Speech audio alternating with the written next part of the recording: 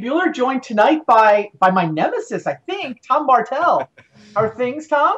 They're going well. Hopefully, we'll be going better in about an hour. Well, we'll see. We may have different opinions about that. It's going to be a great night for Vintage Super League. We've got four players left. Tom and I are in the losers bracket side of things. Eric and Chris are on the winners bracket side of things. We should put up the bracket, make sure everybody kind of understands what's going to happen tonight. The first match we're going to watch is going to be Chris Pakula versus Eric Froelich. The winner of that goes to the final with a loss to give, is basically how that works. The loser drops down to play the winner of my match against Tom. The winner of that goes to the finals, but coming out, it's double elimination. So if you come out of the losers bracket, you got to win two in a row if you want to be the Vintage Super League champion. I mean, right now I'll take just being the championship qualified competitor. I'm Baby looking at steps that here. qualifier too. That is, winning the whole thing. Obviously, I'd love to win the whole thing. I'd love the foil set of power. More important than that, I'd love the title. But I see that qualifier line sitting right next to your name and my name. We can remind everybody what's going on with the Super League Championship this fall. I think we've got a nice graphic for that.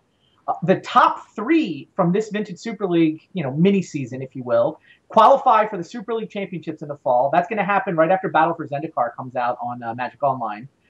Four people from Standard Super League are going to qualify for that. Three people from Modern Super League are going to qualify for that. And there is also going to be a last chance qualifier to round us out at a field of 12. So the good news, Tom, is that even after you lose to me, you're at least qualified for the LCQ. Alrighty, I'm very experienced in being in the losers bracket of Vintage Super League. I don't think you've been here before, so you're kind of on my turf.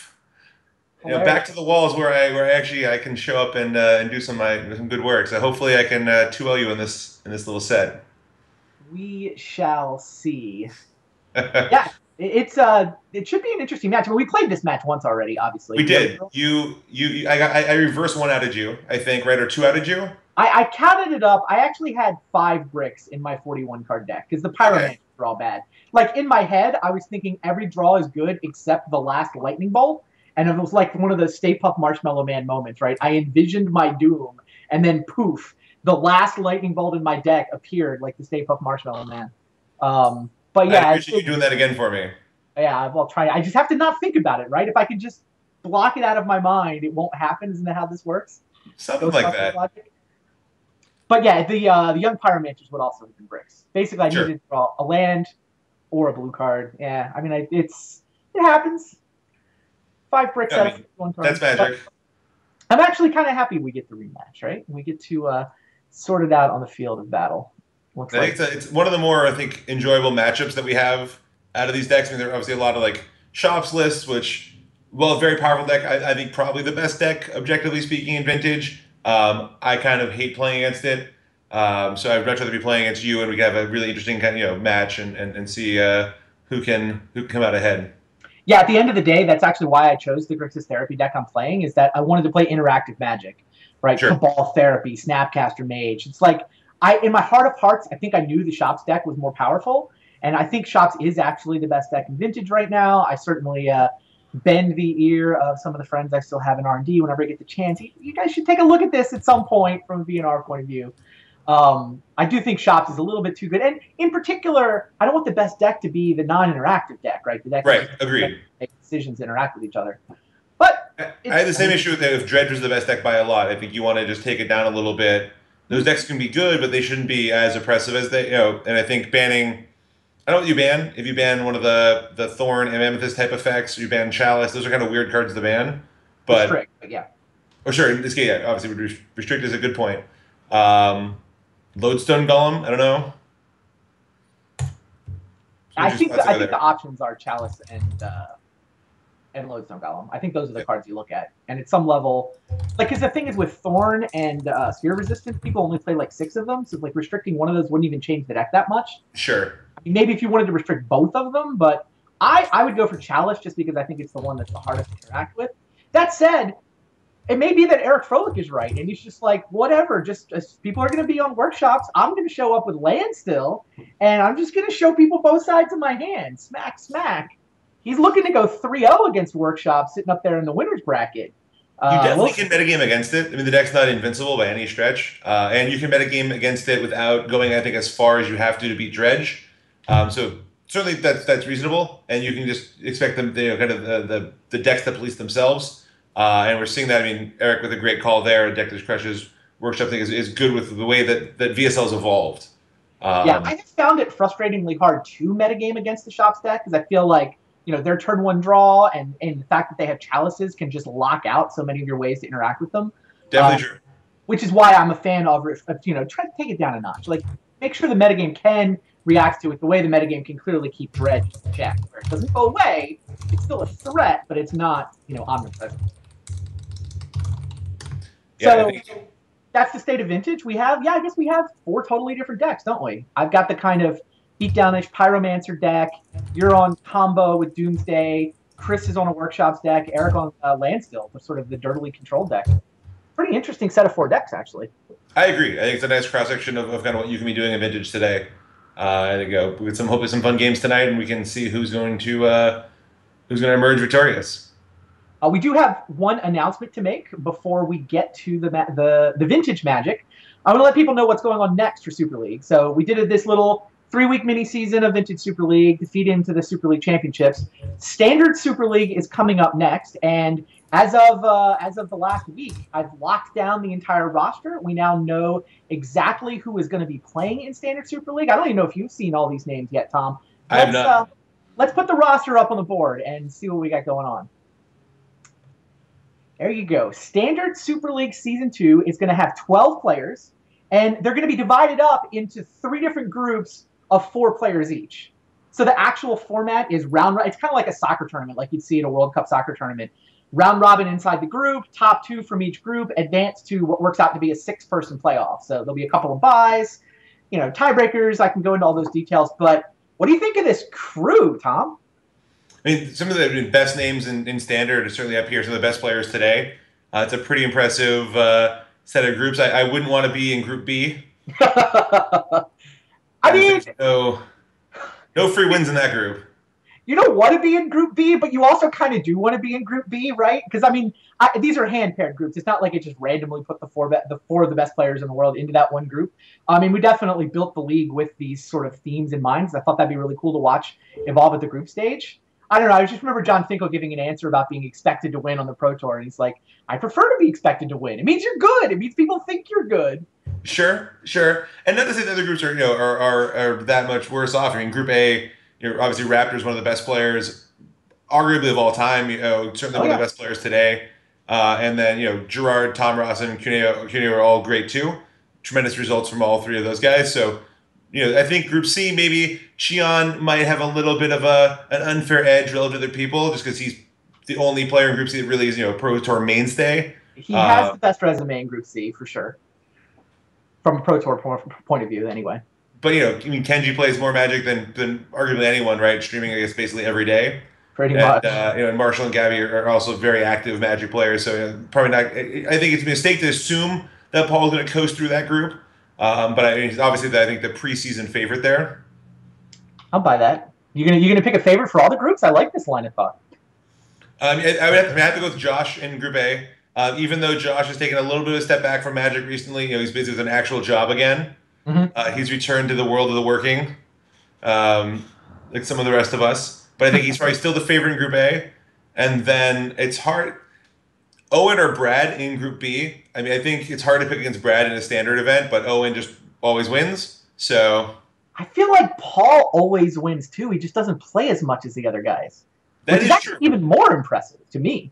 If this was sealed Super League, I would slam Paul as my choice.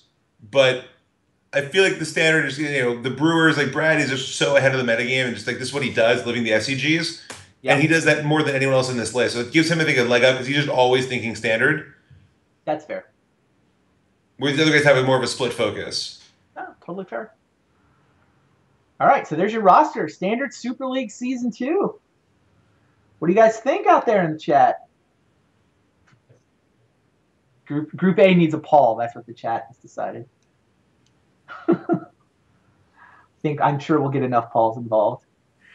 Yeah, I am super excited for this. I'm just very happy with the way the whole thing came together. I think having the groups feeding a playoff is going to be cool. I think watching this group of people sort of play out over the course of those 3 weeks and to see how they play out, I think It's going to be a lot of fun. Now, Standard Super League, we're basically taking 2 weeks off for the Pro Tour. So from a calendar point of view, there's no Super League next week. Tune in, the next week. At the end of next week, though, we'll all be in Vancouver. There'll be a Pro Tour. Tom will be there. I'll be there. A lot of the people you've been watching on Super League will certainly be at the Pro Tour next weekend. So no Super League next week. And then the Tuesday right after the Pro Tour, we are also going to just have an off week. So we go dark for 2 weeks. And then we come back on what works out to be August 11th and kick off Standard Super League. So this will be Origins-fueled Standard coming off the Pro Tour. And then Grand Prix San Diego is also Standard. Is that right? That's like the next weekend? I believe, yes, it is also Standard. Right. So we'll have one Pro Tour. We'll have one Standard Grand Prix will have happened. And then we get to see what this crew does with Standard a couple of weeks from now. And they'll have a lot to work with, obviously, the PT and the GP both. I'm excited to see what happens. This is kind of the most wild west of Standard formats when you have both core sets legal. It's as big as it ever gets. And I also imagine because it's legal for such a short period of time, if you're Wizards, you're not spending a lot of time testing this particular Standard format. So there's interesting interactions between the two core sets. I think that can give you some crazy stuff that won't be around for long. And that may not be as thoroughly tested as other environments. It's also as big as Standard is going to get for a while, right? Because the new rotation policy kicks in as soon as we get to Battle for Zendikar. Right, the whole Theros block year goes out along with M14 and or M15, sorry, and then we just wind up with 6-set standards instead of 8 sets. We never get back to 8 sets again. The new rotation policy kicks in where it's either a 5-set standard or a 6-set standard. Oh, sure. And then every year, halfway through the year, you get a rotation. So it'll be twice as many rotations a year starting up with the next year. So Standard basically will never be this big again. Interesting stuff. Super interesting stuff. Well, we'll see what comes out of it's going to be an exciting PT. Oh, yeah. So you got any, I want to ask you about the Pro Tour. I'm sure you can't tell me anything about the Pro Tour other than you're busily at work testing. Who are you testing with this time, actually? So I'm working with, we don't actually have a name currently. We're working on the naming side of things, but it's the former Team TCG player guys, Ari Lax, Chris Fennell, and then the SCG guys, like Jerry, Brad. I think it's a great crew. Wow, how did you get hooked up with those guys? Yeah, just wanted to mix it up again, and actually, Brian and I both made the jump over, so we're trying out a little bit of a more of an upstart team. But I think there's a lot of talent. I've been really impressed with them so far, and I'm excited to just kind of see how we can do here. Wow, so you've tested with both Channel Fireball and Pantheon over the years, pretty much those two teams. Yep. And then Pantheon we started Pantheon, Sam, John, and I. Philadelphia, 2011, I want to say, and then switch over to CFB 3 PTs ago. Worked with them for 2 PTs. And then now I'm going to try out, mix it up with a new crowd. That's cool. Channel Fireball has still got pretty large crew. They're still teamed up with the Canadians face-to-face. With face-to-face, yep. Yeah, and then the team I've been most impressed with lately has been Team Ultra Pro. I mean, you got to respect the results that those guys have put up in their first 2 Pro Tours. No, absolutely. I mean, you look at the core of you have kind of Paul and Sperling, who've always been this dynamic duo. And then combine that with the kind of the Madison complement of Sam and friends. It's an awesome core to build around. And they added some really just tremendous talent for this one. Patrick Chapin's joining them from Pantheon. Michael Flores joining them from some library somewhere where he writes his articles. Mike hasn't played a Pro Tour in quite a number of years. A long time. But he crushed that PTQ with that pretty cool Mono Blue Dragons deck. Yep. I think was an interesting choice for that weekend. I mean, it definitely crushed Esper Dragons, and it was a good metagame call. And I think it's interesting to see kind of what Mike will do. In the same way that Adrian was a Pro Tour off and oner for a decade plus, and then joins Ultra Pro and catapults up to his first career top 8 after 15 years in the Pro Tour, 20 years on the Pro Tour maybe. We just see if Flores can repeat that and do the same thing here. Yeah, I know that Pat Chapin actually was really excited to work with Mike. I mean, they've been doing a podcast together, and have obviously hung out and worked together over the years. So one of the reasons they've been tremendous friends for forever, and I think it'll be interesting to see how they can kind of work on the larger team setting. I think it's a great setting for Mike, and I've been friends with Mike for for a long time, dating back when I lived in New York. We hung out a lot, and he really thinks of the game well. And I think this is a group of people, especially, I mean, look at like Sam, Justin Cohen, those guys, where they can really test his ideas. And I think Mike and Sam specifically could have a really interesting synergy together, brewing and testing out ideas. Wow, I hadn't even thought about that. That makes a lot of sense. Yeah, I'm excited to see kind of what comes out of those guys. Should be an awesome Pro Tour for Yeah. sure. Hopefully they come up with the second best deck of the tournament for them to do that. And I wish them the best. Fair enough. All right, well, let's get back to Vintage. Couple of minutes away from getting the match started. We're currently setting up the hand cams. Looks like it'll be Chris Pakula and Eric Froelich. Let's talk about those decks. Chris Pakula is on a Martello Shops deck, so you can tell us all about Martello Shops, right? Didn't you make this deck? Yeah, of course. It's named after my cousin, Philippe Martello. Got it. No, I mean it's a pretty standard. I think this is what the kind of the starting point for Shops looks like today. Yeah, I think that's fair. I think